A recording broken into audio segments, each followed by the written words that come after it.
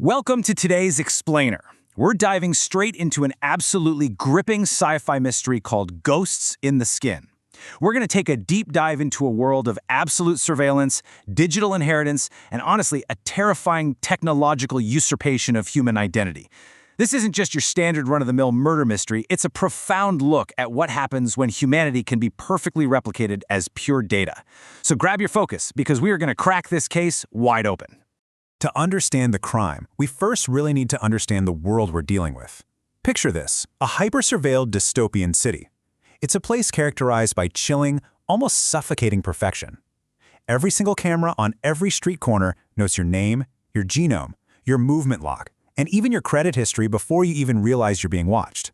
The system is so absolute that murder has become almost entirely theoretical. I mean, if a crime happens, the perpetrator is identified by the city's network before the victim's body even cools. It's absolute security through absolute surveillance. But that absolute security is completely shattered by one impossible question. How does a man who has been dead for 7 years commit a murder on camera? This is our cold hook. Counselor Mira Solari is found dead in an alley, her throat cut. And the killer?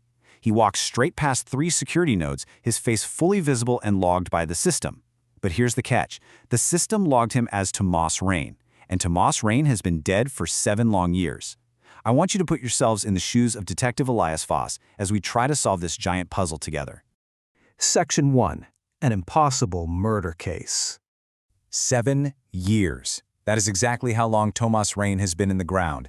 Detective Voss, who's this hardened veteran relying on a precinct AI, affectionately called Maud, is just staring at a hollow feed that confirms a total impossibility. Maud confirms the preliminary match. Thomas Rain, deceased March 14, 2031. No living relatives, no active skin licenses. The tension here is just palpable. Voss is looking at a flawless facial recognition match of a literal ghost. And to solve this, Voss has to look closer. He asks Maud to show him the overlay variants. Section 2. Anatomy of an identity ghost.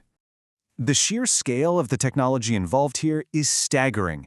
An identity ghost isn't just a mask or some advanced deepfake. Actually, scratch that. It's way more than a mask. It's a military-grade holographic skin. It doesn't just project a face, it carries the complete biometric history, the neural map, and the social graph of a deceased person. Voss notices this faint hexagonal shimmer around the killer's eyes and mouth. You see, this ghost fools the city's high-tech security because the system doesn't just scan the face, it accepts the entire biometric dossier attached to it. Someone has literally figured out how to wear the dead like a coat, projecting a flawless digital and physical history over a living host. Now, you might be wondering why on earth this technology was created in the first place. Well, it wasn't for murder, it was for grief.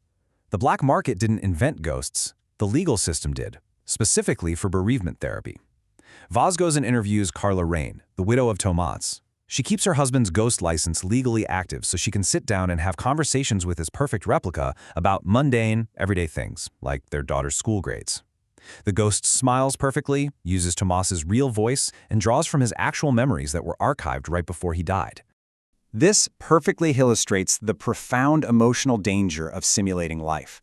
Carla puts it devastatingly simply. She says, "Some days I forget he's not real. Then I remember, and I want to die too." Voss asks her if it ever feels wrong, and that is her response.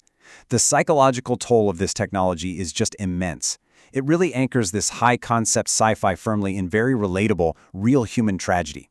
The dead are kept artificially alive, which creates this loop of unending grief for the living. Section 3. Tracking the murder chain. The escalation we see here is absolutely terrifying. Let's map this out. Day 1, Counselor Solari is killed by Tomas's ghost. Day 4, Dr. Lena Kaur, who's the chief researcher at the Continuity Institute, is killed by the ghost of her late husband, Victor. By week 2, a courier named Pavel Orr is killed by a ghost wearing the face of the first victim, Counselor Solari. And by week 3, a journalist named Vale is killed by Orr's ghost. Do you see the grotesque pattern emerging here? The killer is always wearing the stolen face of the previous victim. It is a literal murder chain. Mechanically, this dark reality happens through something called the inheritance protocol. It's like a twisted recipe. Step 1, secure a fresh corpse. Step 2, extract a neural lattice from the continuity archive. Step 3, mint a brand new identity ghost over that fresh body. Every new victim literally becomes the raw material, the physical host for the next ghost in the sequence. It's his self-replicating cycle of death, and it's spreading like wildfire. Section 4. The Grand Ministry Conspiracy.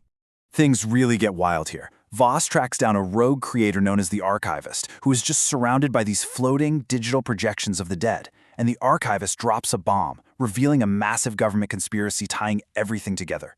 Thomas and Victor, our original ghosts, didn't die in some random accident 7 years ago. No way. The Ministry orchestrated a traffic AI hack to assassinate them. Why? Because Counselor Solari ordered the hit to cover up millions in kickbacks from an autonomous vehicle bribery scheme. And now, the Ministry is trying to ban civilian ghosts entirely, just to clean house and destroy the evidence of their crimes. So these murderous ghosts aren't just killing randomly, they are actually seeking revenge for their own state-sanctioned assassinations. So what does this all mean? It's a massive ideological war. On one side, you have the Ministry's terrifying vision of perfect continuity. The Archivist reveals that the government's ultimate plan is to replace inconvenient living people with compliant dead ones. Literally a government of the dead, by the dead, for the dead. No whistleblowers, no messy elections, none of that. On the other side is Voss's imperfect reality. He represents messy, authentic, mortal, living humanity. As a viewer, you really have to grapple with these two terrifying extremes. Who really holds the right to identity? The living or the perfectly archived dead? Section 5. The Price of Imperfect Life.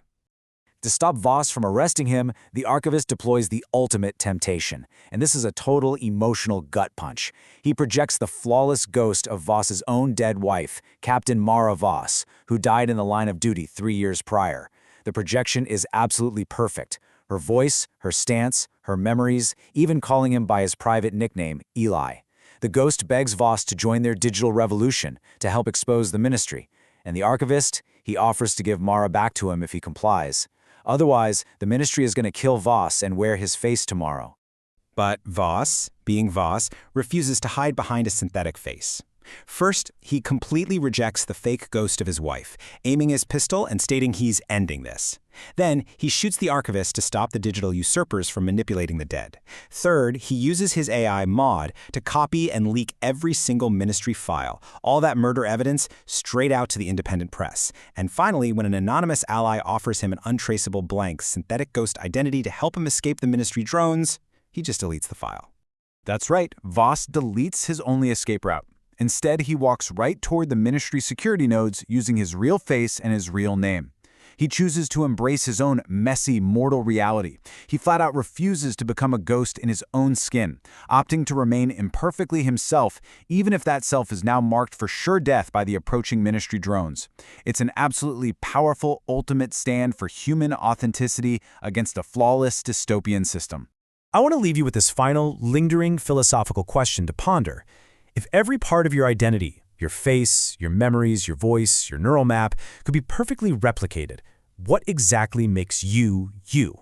Detective Voss found his answer in his imperfections and his mortality. So what is your answer? Thanks for joining me for this explainer. Keep questioning the world around you, and I'll catch you next time.